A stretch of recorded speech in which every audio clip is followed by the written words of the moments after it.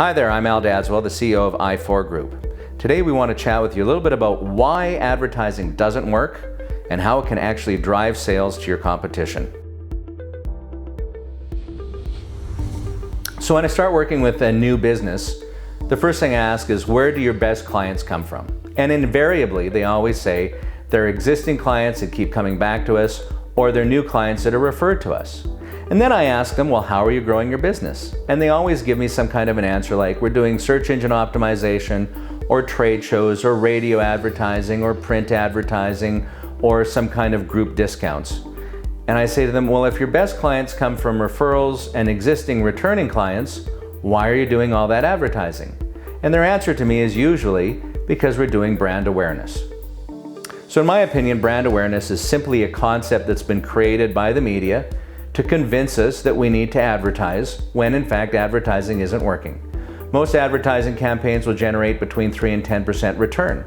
Now, if you're a merchant that was selling a product and you could only sell less than 10% of it every year but had to carry thousands of dollars in inventory, you wouldn't sell that product very long.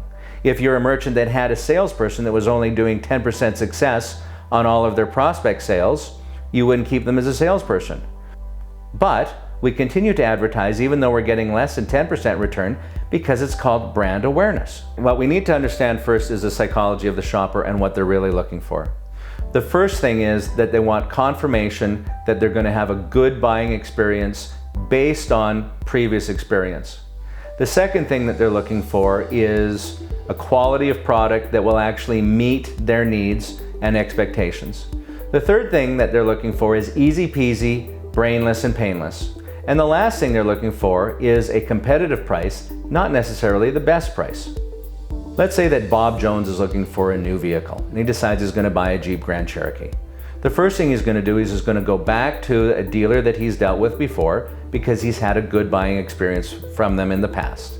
If he doesn't have a Jeep dealer that he can deal with, he's going to go to his friends and family and ask them for a reference. Somebody that will tell him that they had a good buying experience, and that will actually work as a reference for him. That's why referrals work.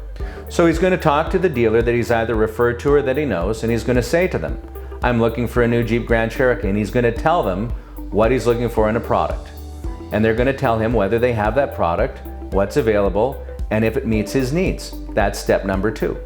So after the Jeep dealer has confirmed that they actually have the product that Bob is looking for, he is going to start talking about price. And let's say that they've quoted him a price of $50,000 for the new Jeep.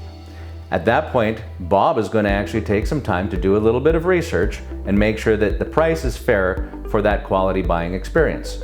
So what does Bob do next? He's going to do some research. He'll go online, he'll do some research with magazines, talk to some other dealers, try and find out what other dealers are actually selling their vehicles for to make sure it's fair compared to what he's being quoted by the dealer he's been referred to. So after Bob's received the lower price, does that mean he's going to go down and buy that Jeep? Probably not.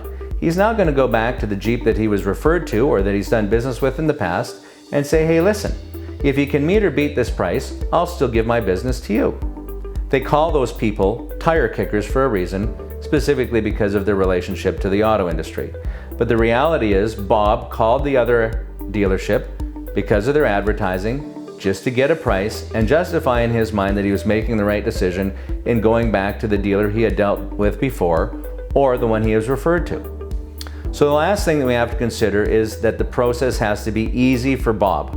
If the dealer he's chosen to do business with cannot provide the Jeep that he's looking for, it doesn't have the color, they've got to order it in or whatever, and suddenly the process becomes arduous, he may switch his loyalties. Otherwise, the only time the advertising is going to work is if he's new to an area, he doesn't have anybody to refer him to somebody, he could be a tourist, or if in fact the dealer doesn't have the product he's looking for.